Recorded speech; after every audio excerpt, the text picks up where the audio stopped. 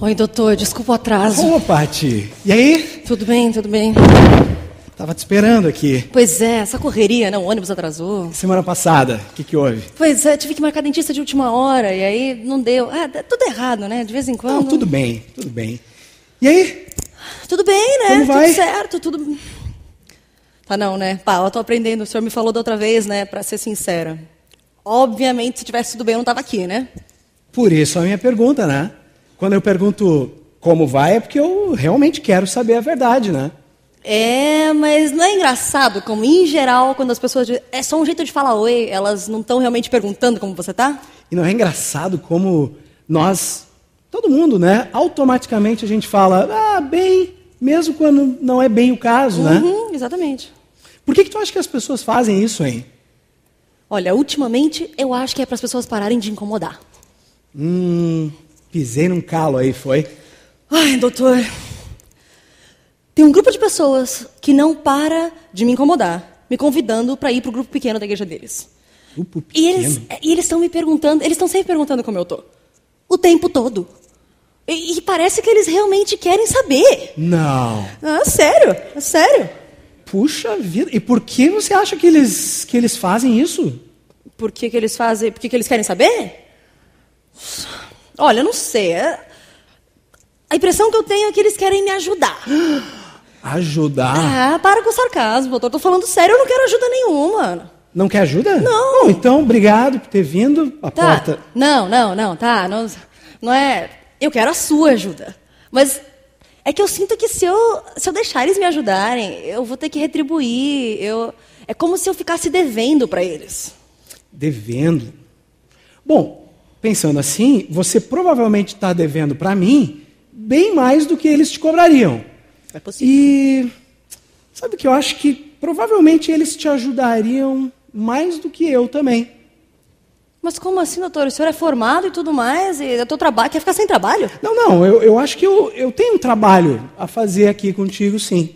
Acho que eu tenho um trabalho a fazer contigo. Eu espero que sim, né? Mas o que o senhor acha que é a solução do meu problema? O que o senhor tem em mente? Eu acho, Paty, que o meu trabalho aqui é fazer você ver que não tem problema em aceitar a ajuda de outras pessoas. Não tem problema você se abrir um pouco para deixar outras pessoas fazerem parte da sua vida. Doutora, eu só vou acabar me machucando, não vale a pena. E tu acha que eles te machucariam de propósito? Não. De propósito, provavelmente não. E... Bom, me conta, o que tu acha que esse pessoal do pequeno grupo aí, o que eles já fizeram para ti? É que eles estão sempre tentando ser tão legais. Não. Não, é verdade. Que horror, né? Não, tô falando sério, doutor. É o seguinte, tá? Todo mundo aqui, nós somos todos humanos, né? Todo mundo comete erros. É só questão de tempo, vai dar errado. E você não comete erros? Eu cometo, claro, mas você vê, exatamente, é esse o meu ponto. Né? É muito, muito melhor eu ficar longe das pessoas e evitar esse tipo de confusão. Mas tu não acha, Paty, que esse pessoal aí que está te convidando já não sabe disso? Sabe do quê? Que você provavelmente vai errar? Mas seriam burros se não soubessem, né? Claro que sim, claro que sabem. Exatamente, entendeu? Eles sabem e ainda assim eles querem que eu faça parte do grupo. É muito estranho. Sei lá, eu estava pensando outro dia, tá? Assim, sendo bem sincera. De repente, eles querem me ensinar alguma coisa, não sei. E que tipo de coisa você acha que eles poderiam estar querendo te ensinar? Deve ser aquelas coisas da Bíblia, né? Aquelas coisas de Deus, de amor, de perdão. Tem um negócio que eles sempre falam, comunhão. Nossa, mas isso está ficando cada vez pior, hein? Exatamente. Então o senhor concorda comigo? Não, Paty. Claro que não. Como não? Olha só, amor, perdão, comunhão, tudo isso são coisas boas. Todo mundo precisa dessas coisas. Tá. Sabe o que eu estava pensando? Talvez tenha alguma coisa nessa história de Deus aí, viu? Não. Peraí, doutor. O senhor é médico, o senhor não pode apoiar essas coisas. Não, desculpa, é só uma curiosidade, assim, né? Vai que... Mas me conta, que mais que esse pessoal desse pequeno grupo faz aí? Eles... Parece que eles oram por tudo. É assim, se alguém tem uma dificuldade, eles estão orando. Se acontece alguma coisa boa, eles estão orando. Eles oram na hora de comer.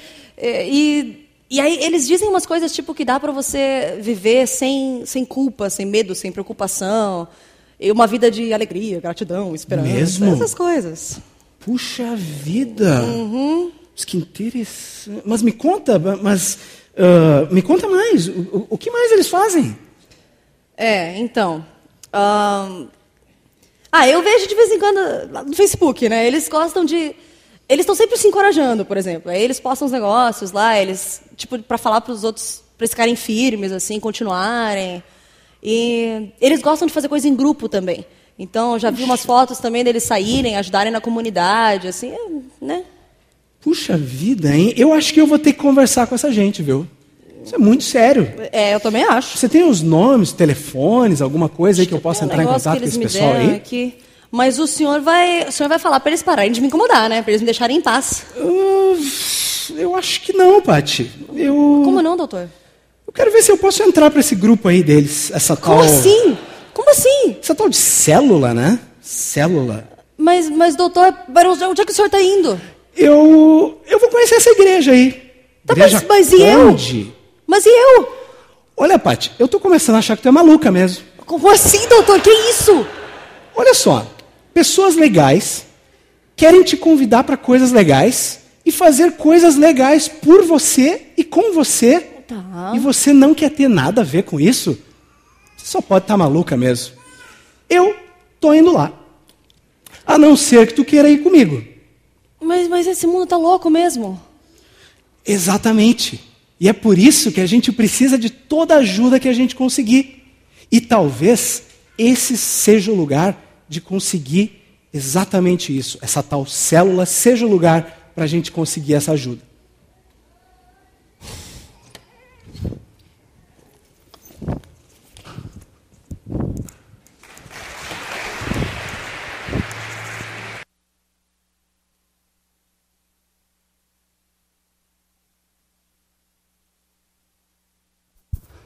Obrigado, Tiago. Obrigado, Rebeca.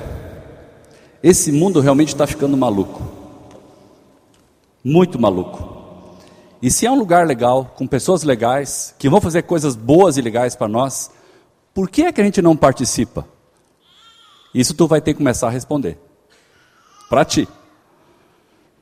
Gente, nós, a Igreja Batista Conde, trabalha com essa filosofia, esse projeto de células há muito tempo. Eu acho que o grupo mais antigo aqui tem mais de 30 anos. Quanto tempo tem o grupo da Somália? 33 anos. 33. Vem de muito tempo essa ideia de termos grupos que se reúnem nas casas. Há muito tempo atrás, o nome que foi dado lá atrás foi Grupo Céu, que se chamava Comunhão, Estudo e Oração. O nome não importa muito. Nós temos várias igrejas que usam vários tipos de nomes diferentes, como Grupo Caseiro, Pequeno Grupo, a Montserrat usa Pequeno Grupo, nós usamos Grupo Pequeno. O nome do projeto não importa muito.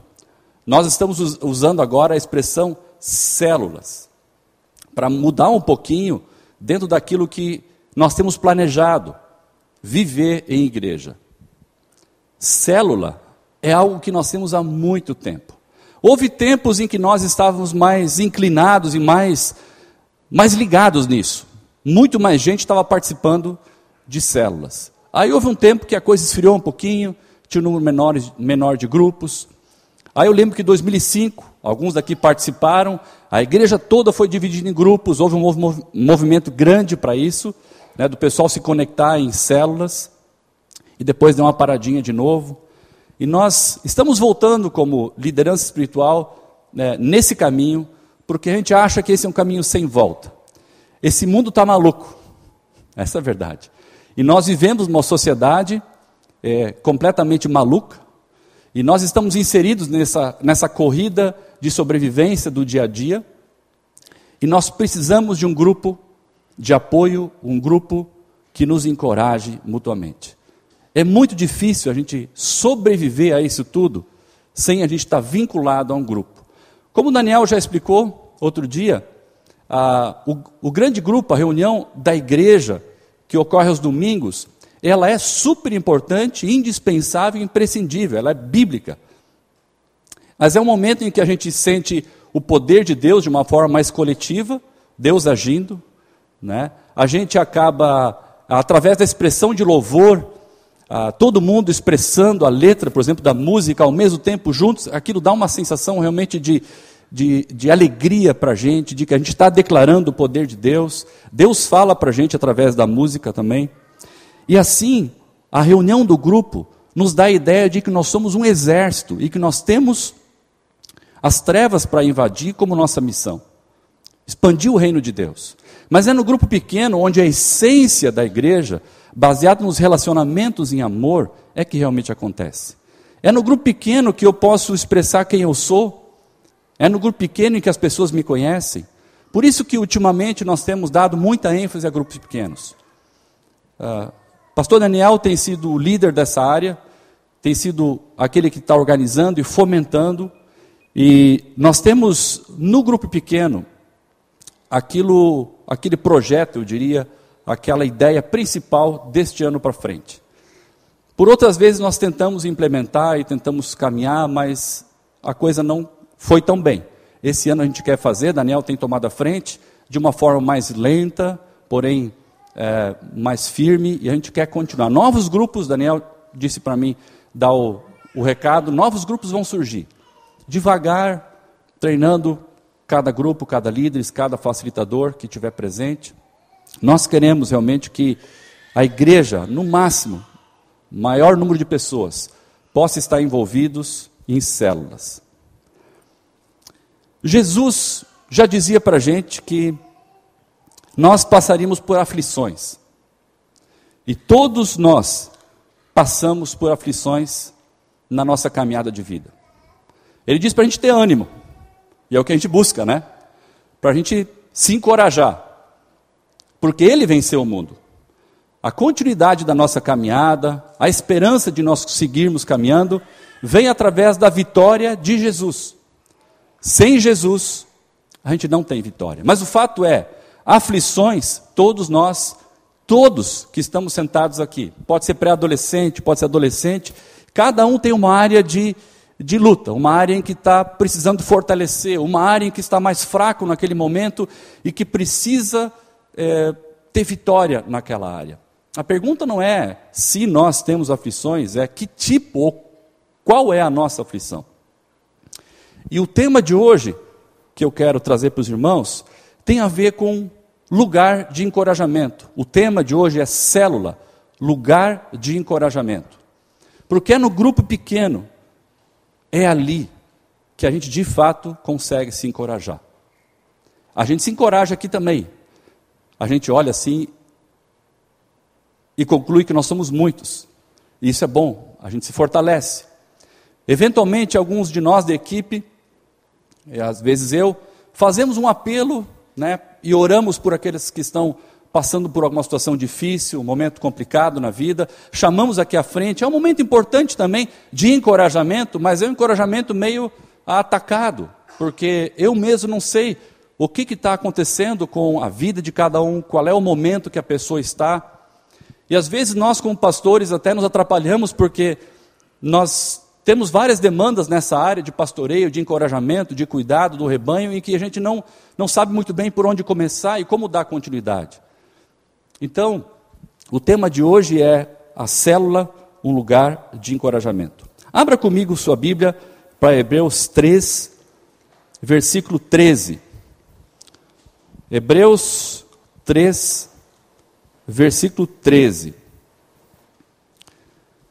Ali diz assim: ao contrário, encorajem-se uns aos outros todos os dias, durante o tempo que se chama hoje, de modo que nenhum de vocês seja endurecido pelo engano do pecado. Vamos ler a partir do 12, vamos ler de novo, vamos ler, incluir o versículo 12 agora. Cuidado, irmãos, para que nenhum de vocês tenha o coração perverso e incrédulo, que se afaste do Deus vivo. Ao contrário, encorajem-se uns aos outros todos os dias, durante o tempo que se chama hoje, de modo que nenhum de vocês seja endurecido pelo engano do pecado. A definição bíblica de encorajamento, nós pudéssemos definir o que a Bíblia fala sobre encorajamento, a palavra quer dizer assim, trazer para dentro, chamar para dentro. É como se você tivesse um grupo de pessoas, uma roda, e você está caminhando com esse grupo de pessoas. Estão de mãos dadas, segurando as mãos. E num dado momento, o grupo observa que uma das pessoas está caindo, está abrindo as mãos, está se afastando do grupo. E encorajamento tem a ver com isso, chamar de volta, chamar para dentro. Encorajar a se manter junto com as pessoas, com o grupo. A palavra no grego é parakaleo, ou parakletos, em Hebreus 3,13, especificamente. Encorajamento. A revista atualizada tem a expressão exortando, não é? Exortai-vos uns aos outros, enquanto o tempo se chama hoje.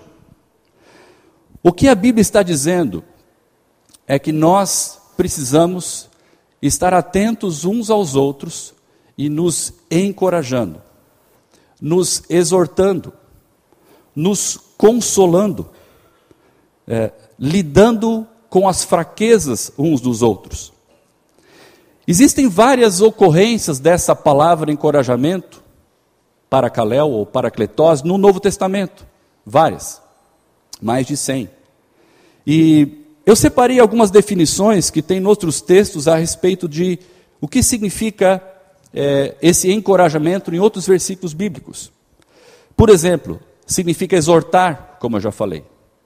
Exortar é uma palavra um pouco desgastada pelo nosso uso cotidiano, porque parece que é xingar alguém, né? Assim, Ed, pare de bocejar, bota a mão na frente. Isso é xingar. Ele está bocejando quando eu olhei para ele, eu não pude resistir.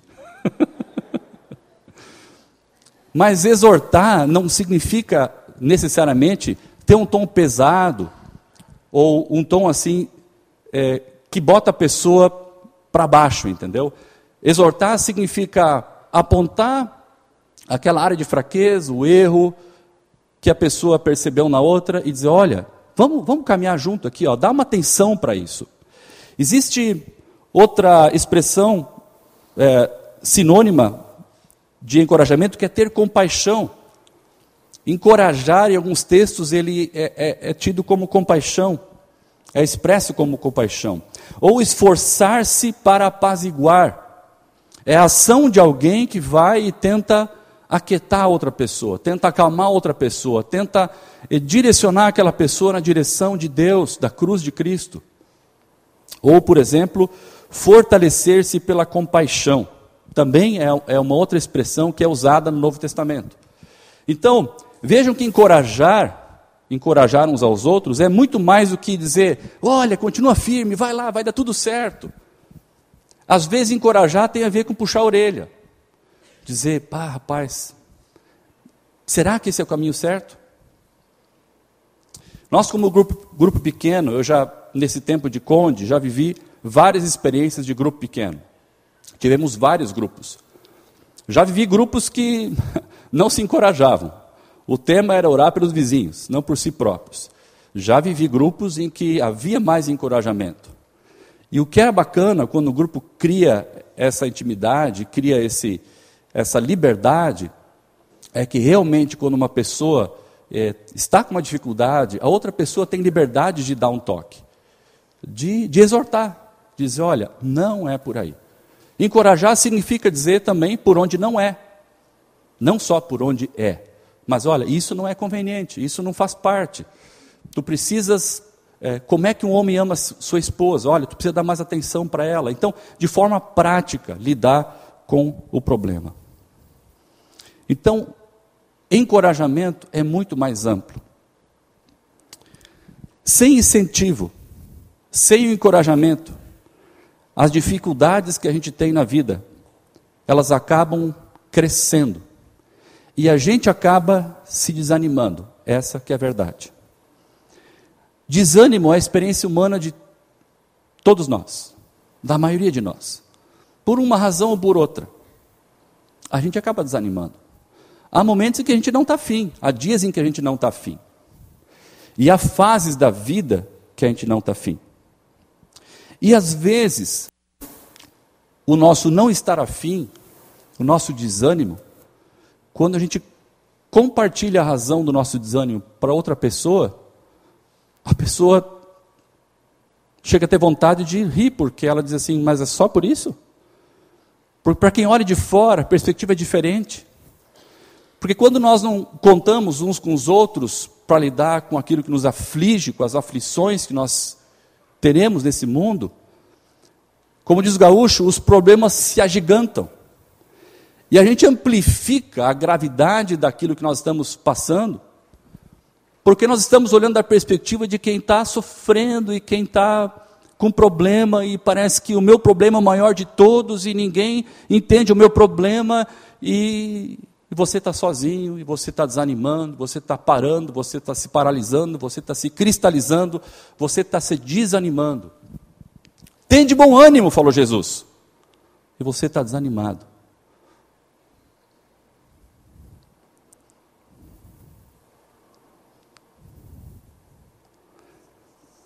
É interessante notar o contexto em que Hebreus fala a respeito de encorajamento.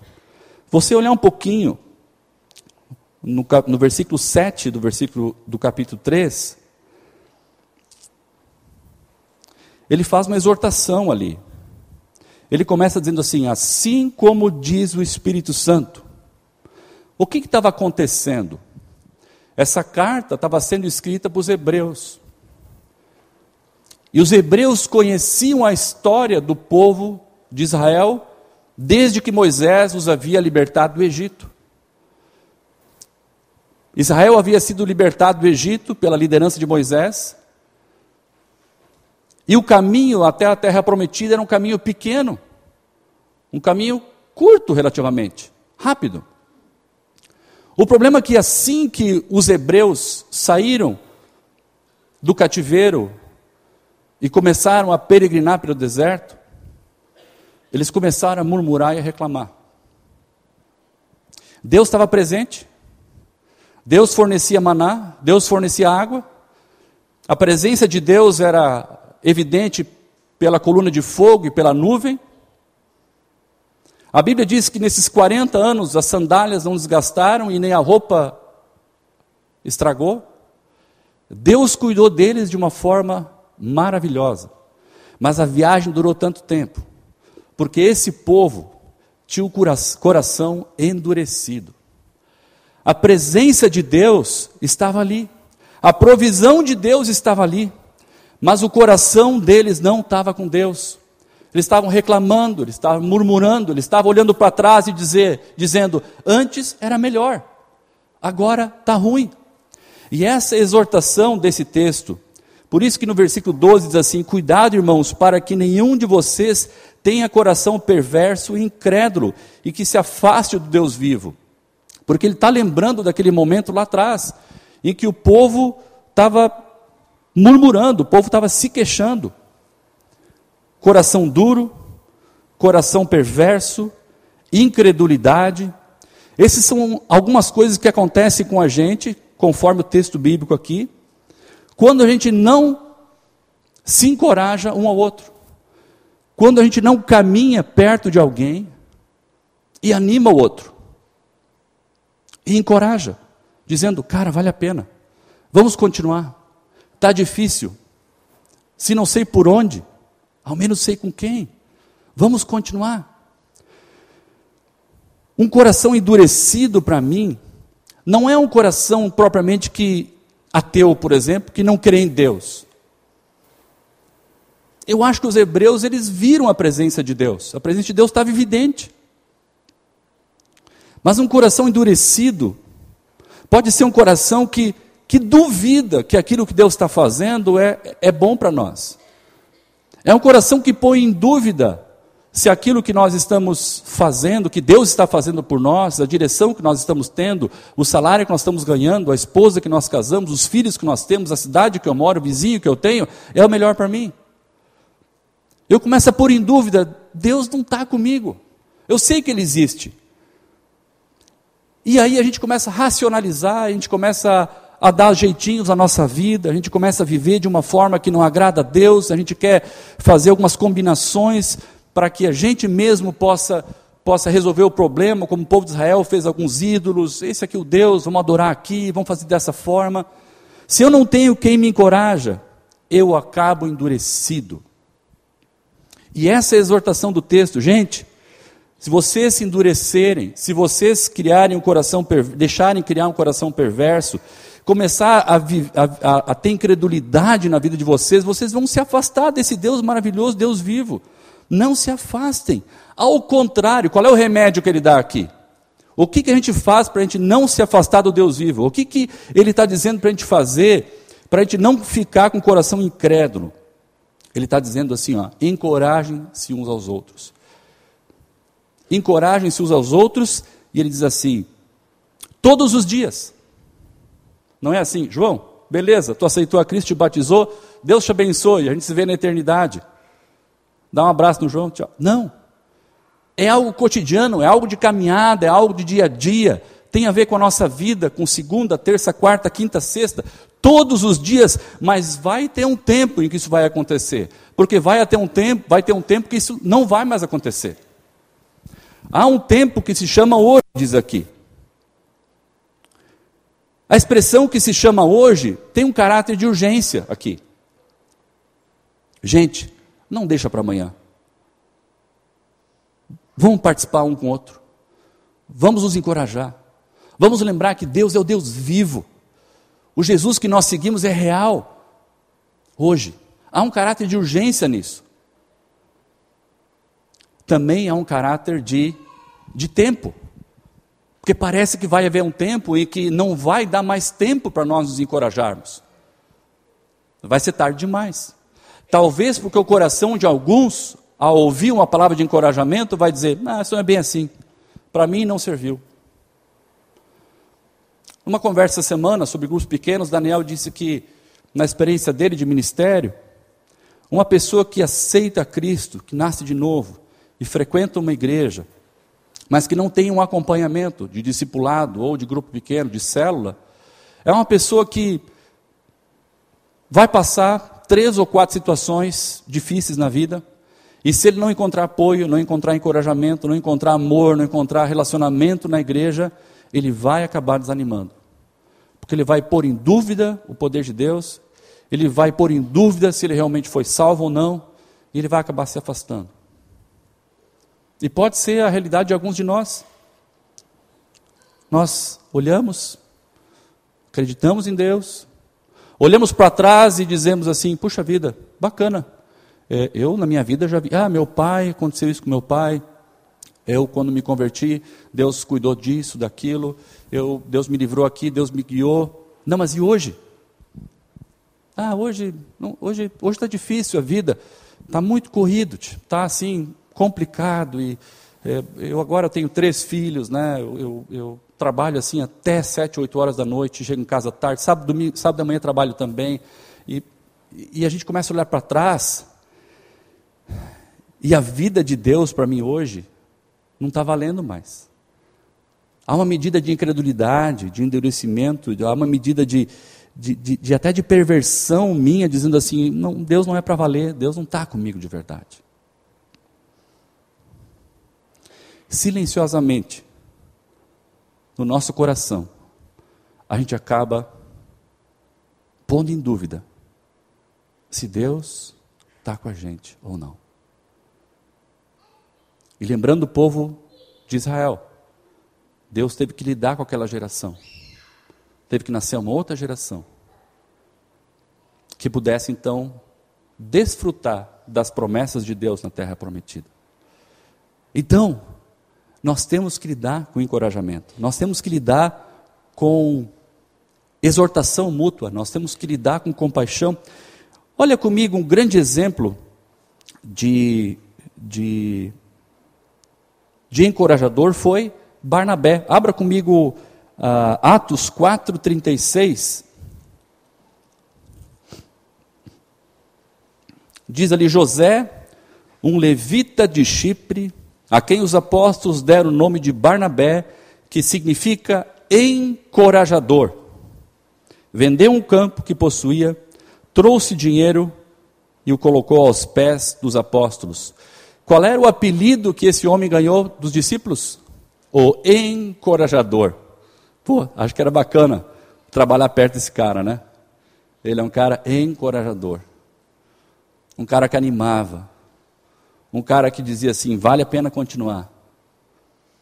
E o ministério desse cara, de Barnabé, foi um ministério muito legal. Porque quando Paulo se converteu, você pode olhar depois ali, quando Paulo se converteu em Atos 9, os discípulos não queriam aceitar Paulo. Falaram, nossa, Paulo, perseguidor da igreja, matou um monte de cristão, botava fogo nos caras, e agora vocês estão dizendo que esse cara aí nasceu de novo, vai participar aqui. Quem encostou do lado de Paulo e disse assim, não, gente, vamos lá? Barnabé. Mais tarde, lá na frente, em Atos 15, se não falha a memória, Atos 15, 37 a 39, Barnabé e Paulo estavam viajando, e eles decidiram então, Barnabé disse assim, olha, eu quero levar Marcos comigo. Paulo disse assim, não, Marcos não. Marcos já nos abandonou na outra vez, esse cara não é confiável. O que Barnabé fez? Disse, não, nós vamos levar Paulo, eu vou levar Paulo comigo. E foi uma atitude corajosa de Barnabé com Paulo, dois grandes amigos, parceiros de ministério, brigaram por causa de uma terceira pessoa. Discutiram fortemente, diz ali. Mas Barnabé queria investir na vida de Marcos e disse assim, vale a pena. Eu quero investir na vida dele. E Barnabé agiu resgatando, encorajando Marcos e deu outra chance para Marcos.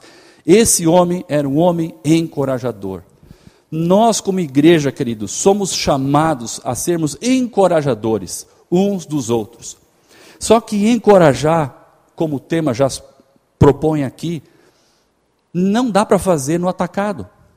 Eu posso dar um abraço no fulano, porque eu sei que eu ouvi dizer que ele está passando por um problema. Eu posso abraçar aqui o ciclano, eu não estou usando nomes, porque como eu conheço muita gente, eu não quero envergonhar ninguém. Eu sei que o ciclano está passando por um problema, e eu vou dar um abraço nele ali, mas o encorajamento, como a Bíblia realmente sugere para a gente, como o Novo Testamento fala sobre os mandamentos recíprocos, uns aos outros, ele só acontece, na sua essência verdadeira, no grupo pequeno. É impossível nós nos encorajarmos uns aos outros aqui, nesse momento de culto. Até porque nós temos 1h30 juntos só, 2 horas. E o texto fala todos os dias. Como é que a gente pode se encorajar numa célula? De várias maneiras. Eu não sabia muito bem quais eram os elementos principais que eu pudesse compartilhar com vocês. E eu separei 3 razões, ou 3 maneiras que a gente pode se encorajar numa célula. Como a gente aplicar esse mandamento, como a gente aplicar esse princípio de encorajamento na célula. E o primeiro eu chamei aqui de sincera reciprocidade. O que quer dizer isso? Deixar que os outros do grupo conheçam as minhas fraquezas, e eu demonstrar um sincero interesse pelas fraquezas dos outros. Ou seja, eu preciso ser quem eu realmente sou.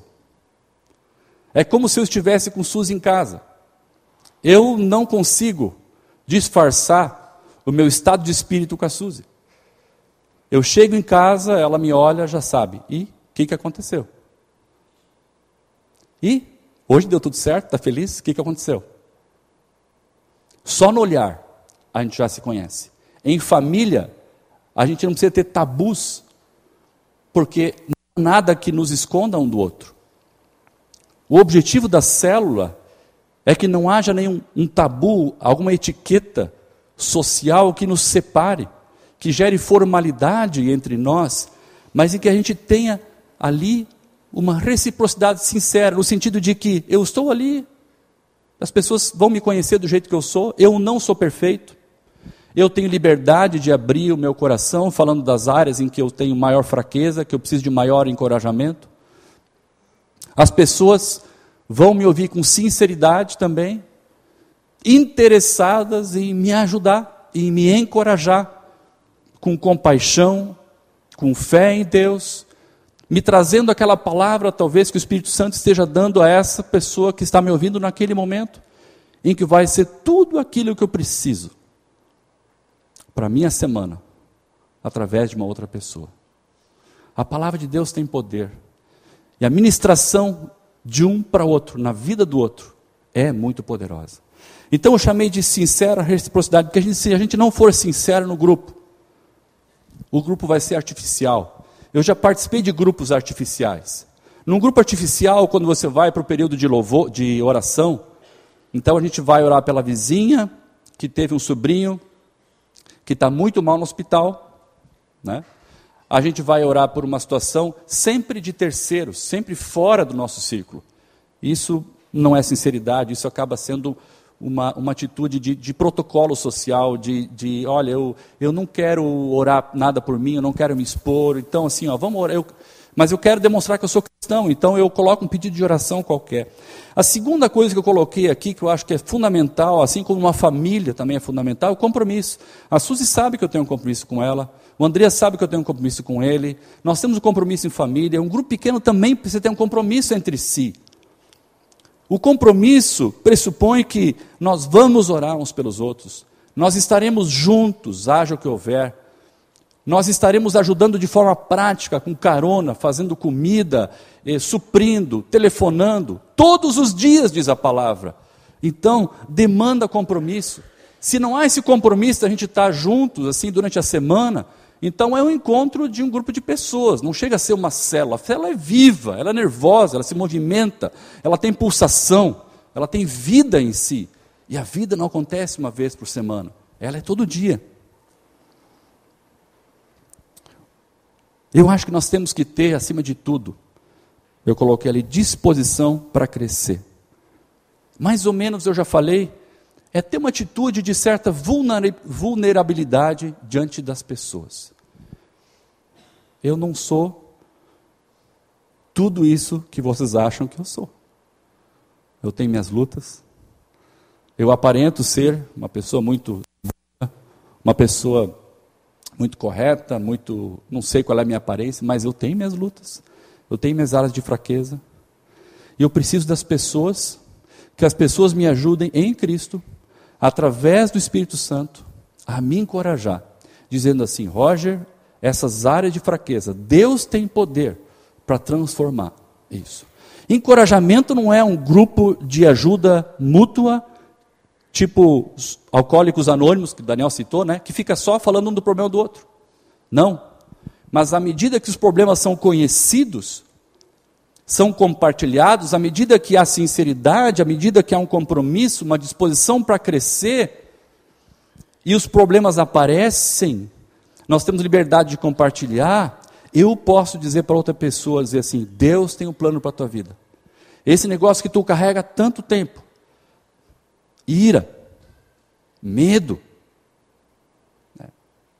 Desejo de ter que agradar todas as pessoas, isso que está controlando você e deixa você triste, Deus tem poder para mexer com isso, para transformar isso.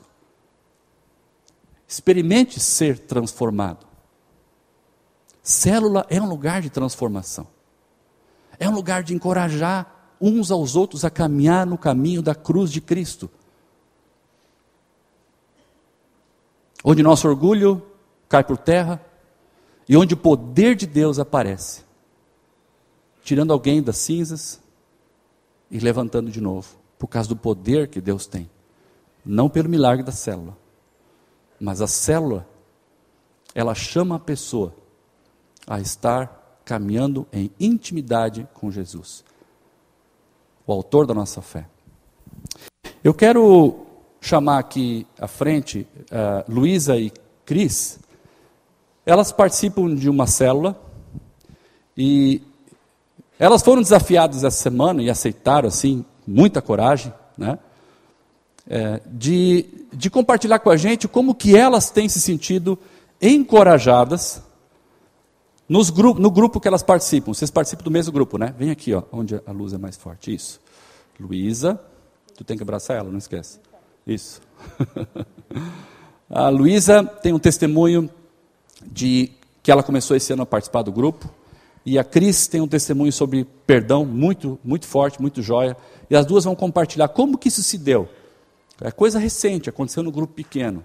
Porque eu gostaria muito que nós víssemos, né, através do testemunho, a atuação do poder de Deus na vida delas, através da célula. Luísa, obrigado por topar. Boa noite. Que nervoso aí. Deus o livre. Bom, alguns anos atrás, eu mesmo estava vindo aqui, frequentando tudo mais, Deus começou a me incomodar.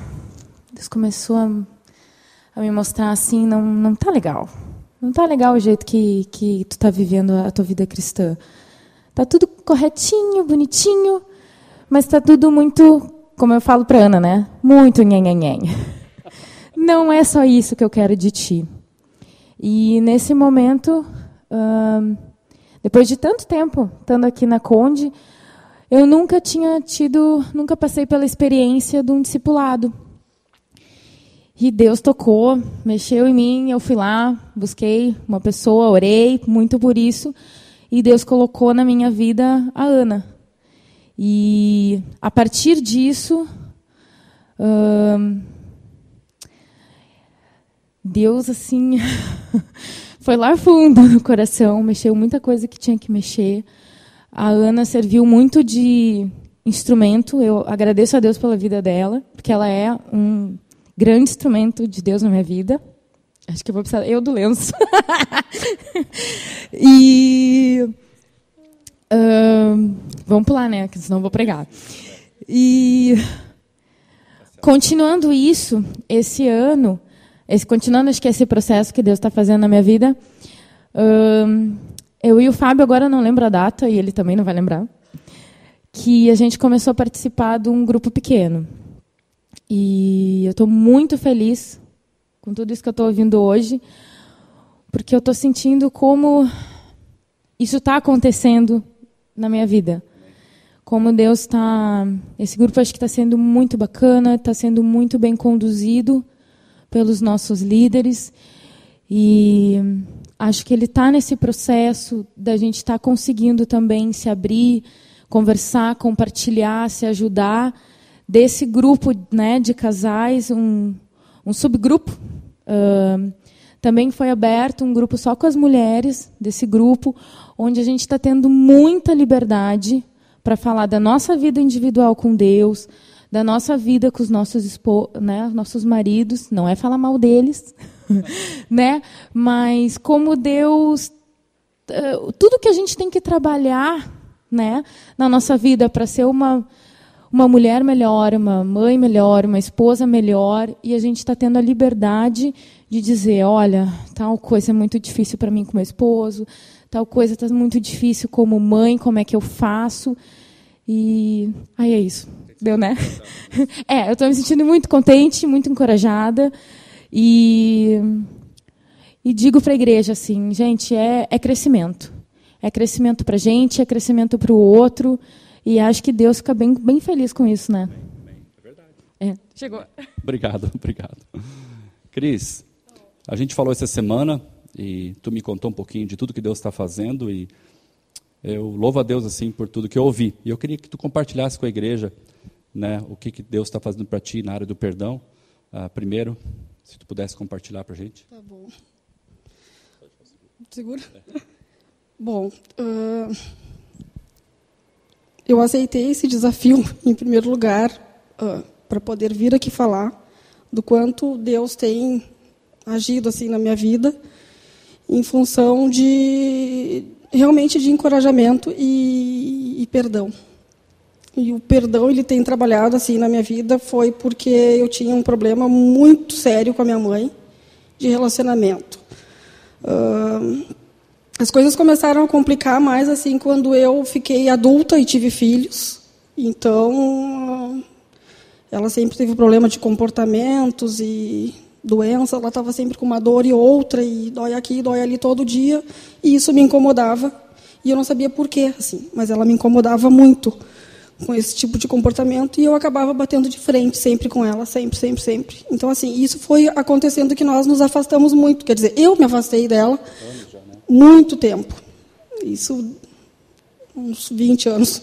Então, assim, eu sempre procurava, até mesmo quando ela ligava para mim, eu, sabe, ai, a mãe de novo, porque eu sabia que ela ia ligar para dizer, eu estou com dor aqui, eu estou com dor ali, eu sou a coitada, ninguém me percebe, ninguém me ajuda, ninguém nada.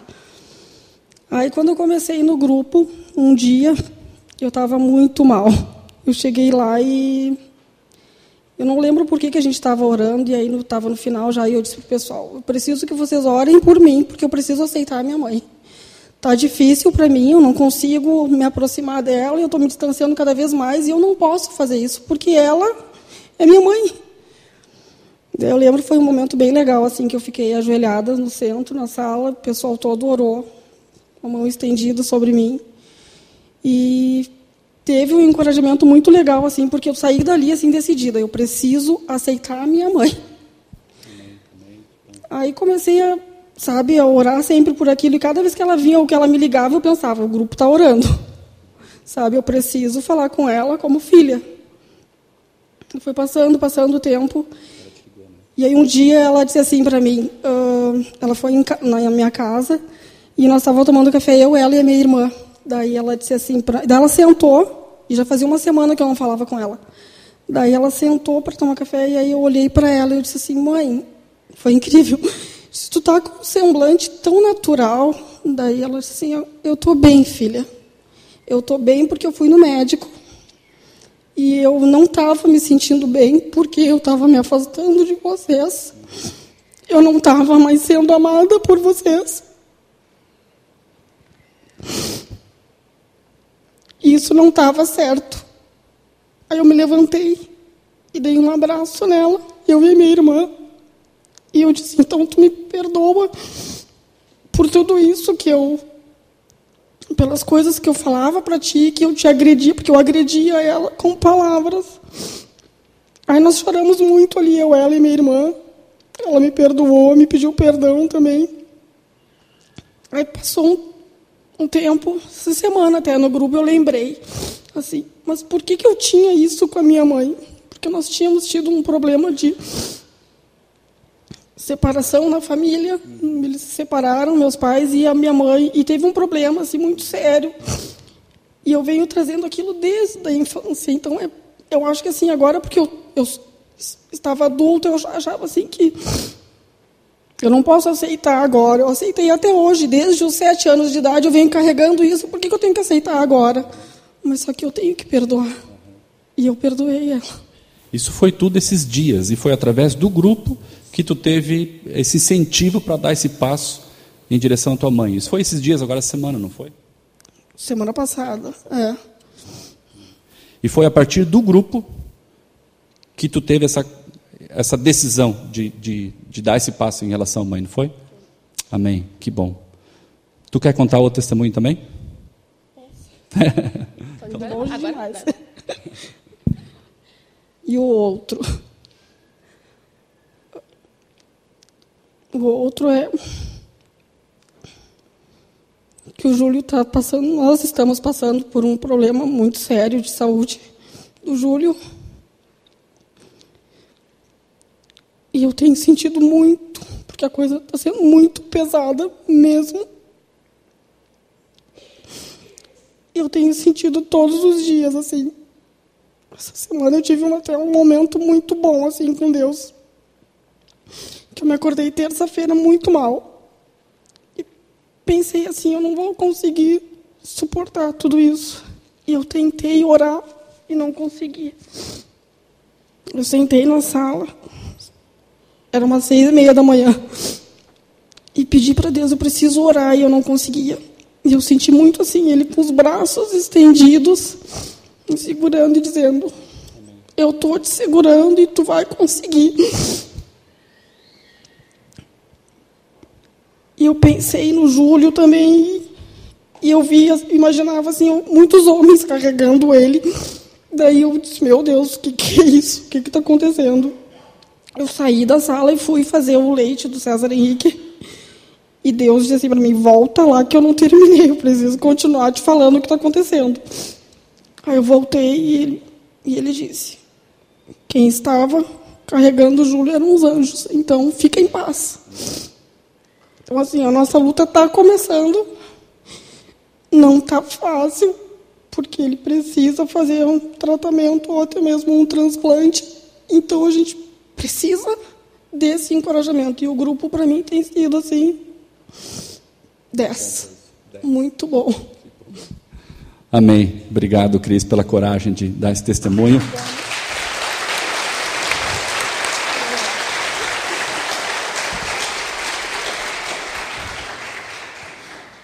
Vou chamar o Júlio aqui para frente. Eu conheço ele por Maradona, então tive que pensar o nome dele. Que bom. Júlio tem passado realmente um tempo difícil, a gente tem acompanhado, eu tenho acompanhado o Júnior há bastante tempo, o grupo agora está cercando eles assim com muito amor e com muito carinho, né? Ele precisa de um transplante e os remédios que o governo tinha dispensado a ele já, aprovado, por hora não vai dar para usar, né? Então, o que você está vendo aqui é um milagre de Deus aqui ainda entre nós aqui, né? E Deus vai, como a Cris comentou agora, né? Deus falou para ela que tu está sendo sustentado pelo próprio Deus. Ele deu ordem aos anjos para cuidar de ti, então te cuida. Vamos orar aqui por esses testemunhos, pela Luísa, pela Cris também, e pela situação da saúde do Júlio. Ó Pai, muito obrigado porque nós vemos que Tu és um Deus vivo, real, atuante. Nós às vezes nos desanimamos e nos intocamos nas nossas casas, não querendo ver ninguém, não abrir nossa vida para ninguém, realmente desanimados, porque a gente acha que nada vale mais a pena. E obrigado por esses testemunhos que comprovam, Pai, que quando a gente age em fé, nos encorajando, abrindo nosso coração uns para os outros, a ministração que vem do Senhor, a Tua cura, a Tua palavra, o Teu ânimo, o Teu consolo, a Tua exortação, ela acontece. E nós somos testemunhas aqui de ouvirmos isso da Cris e da Luísa. Obrigado pela experiência que Luísa, Fábio e Bianca estão tendo de participar de um grupo pequeno esse ano e que isso tem estimulado muito eles, como casal, como família, a caminhar mais perto de Ti. Agradeço por esse passo corajoso que o Senhor instigou a Cris a dar em direção à sua mãe e a trabalhar ali o perdão no coração delas, depois de mais de 20 anos, assim, com amargura, com rancor, e a Cris comentou por telefone que isso tem sido libertador para ela. Muito obrigado por essa doçura do perdão que Tu tens dado a ela, Senhor. E obrigado também pelo Júlio, porque a gente tem visto que o Júlio tem se aproximado de Ti, ele tem reconhecido que Tu tens sustentado ele. O que nós pedimos ao Júlio, Pai, é que Tu concedas o milagre da cura a ele. Tu tens poder para isso, nós cremos nisso como igreja, não há dúvida que Tu tens o poder. Mas a mão do Júlio está nas Tuas mãos e a Tua palavra diz que Tu vais fazer com ele conforme Te aprouver. Mas nós agradecemos de antemão por fé no Senhor, de que o melhor o Senhor fará. E o que vier das Tuas mãos é o melhor para ele. Nós louvamos por isso e agradecemos por essa família da Cris, do Júlio, das crianças também. Assim, nós oramos em nome de Jesus. Amém. Valeu, cara.